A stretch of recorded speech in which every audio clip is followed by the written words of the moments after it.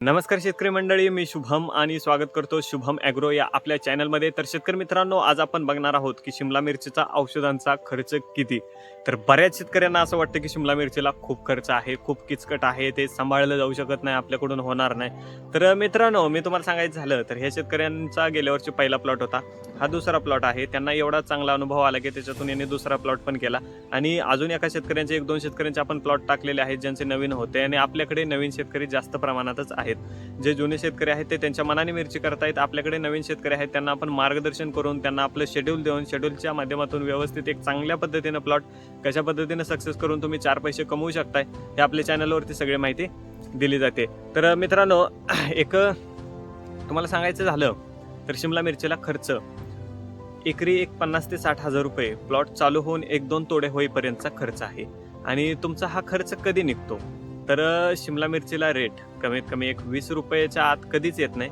जर 20 रुपयाने जरी रेट राहिला, आजपर्यंतच्या रेकॉर्डमध्ये पाठीमागे खूप दिवसाखालचं जरी रेकॉर्ड बघितलं तरी 20 रुपयाच्या खाली हा रेट कधीच गेलेला नाही. 20 रुपयाने जरी रेट राहिला तरी आपल्याला फक्त चांगल्या पद्धतीनं ॲव्हरेज काढायचं आहे. तर ॲव्हरेज किती निघतं मिरचीमध्ये, तर ॲव्हरेज एकरी 60 टनाचं ॲव्हरेज निघतं, 50 ते 60 टन. बाकीचे कन्सल्टंट खूप जास्त बोलतात की आम्ही 100 टन काढला, 80 टन काढला, 110 टन काढला. तर मित्रांनो, मी असं न सांगता मी तुम्हाला सांगू शकतो की 50 ते 60 टन हा माल खूप आहे आणि एवढाच निघतो, याच्यापेक्षा जास्त माल नाही निघत. तर एक 50 ते 60 टनामध्ये तुम्हाला खर्च केव्हा निघतो औषधांचा, सुरुवातीला जरी तुम्ही 4-5 टन काढले तर त्याच्यामध्ये तुमचा पूर्ण शेतमजुरांसोबत ते पूर्ण जर तुम्ही नेट हाऊस केलेला असेल आणि जर औषधांचा खर्च असेल तुमचा, तो एक 5 टनापर्यंत तुमचा निघून जातो. आणि त्याच्यासाठी कालावधी किती असतो, मिरची चालू होते आपली 55 दिवसामध्ये तोडा होऊन जातो. 45-50 दिवशी आपला माल एवढासा असतो, 55 दिवसांच्या पुढे आपला पूर्णपणे तोडा होऊन जातो. आणि एक पहिला तोडा साधारण किती निघतो, एकरी एक तोडा निघतो पहिला 1 टन ते जास्तीत जास्त 700-800 किलो. कारण माल जर आपण झाडांना साठवून ठेवत असेल तर मस्त तोडा निघतो आपला, एक 4 टन 5 टनाचा पण काढू शकतो. बाकी बघू शकताय तुम्ही, बऱ्याच ठिकाणी बघताय तुम्ही की एकरी एवढा तोडा काढला, तेवढा तोडा काढला, परंतु ते झाडं आपण स्टॉप करतोय, पूर्णपणे झाडांना माल साठवतोय, ते चुकीचं आहे. सुरुवातीला तुमचा 700-800 किलो निघू द्या, थोडा निघू द्या, तेवढा तोडला पाहिजे, जेणेकरून नंतरचा बहार आणि झाडांमध्ये स्टोरेज जे असतं ते स्टोरेज थोडंसं वाढलं पाहिजे.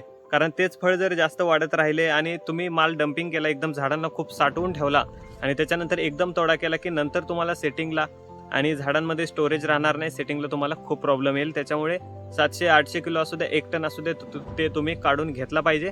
आणि नंतर पुढे बघायचं झालं तर एक दुसऱ्या तोड्याला माल निघतो 1.5 टन 2 टन, तिसऱ्या तोड्याला निघतो 3 टन 4 टन आणि एक एकरामध्ये हायेस्ट जो तोडा असतो तो तोडा निघतो 5 ते 6 टनाचा आणि 7 टनापर्यंत. याच्यापेक्षा जास्त तोडा निघत नसतो. आणि असे एक 5 टनाचे 6 टनाचे तोडे कंटिन्यू चालू राहतात शेवटपर्यंत आणि शेवटी 1-2 टनावरती आपला प्लॉट येऊन नंतर स्टॉप होतो. अशा पद्धतीने आपले एक 50 टन माल निघतो. तर याच्यामध्ये फायदा कसा होतोय, 50 टन जरी आपला माल निघला आणि 20 रुपयाने जरी गेला तरी 10 लाख रुपयाचं आपलं जे बजेट असतं ते कंप्लीट होऊन जाते टार्गेट. आणि त्याच्यामधले तुम्ही 5 लाख खर्च सोडला तरी सुद्धा 5 लाख तुम्हाला राहतात, परंतु एवढा खर्च नाही होत.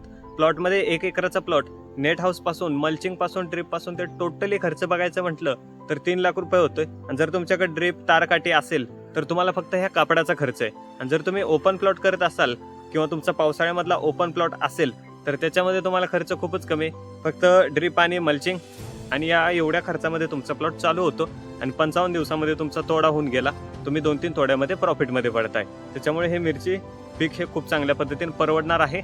आणि औषधं ही जास्त हाय क्वालिटीची वापरण्यापेक्षा मीडियम क्वालिटीची स्टेप वाईज आणि ग्रुप समजून औषधांचं व्यवस्थित जर तुम्ही नियोजन केलं तर 100% आपला प्लॉट सक्सेस होतोय.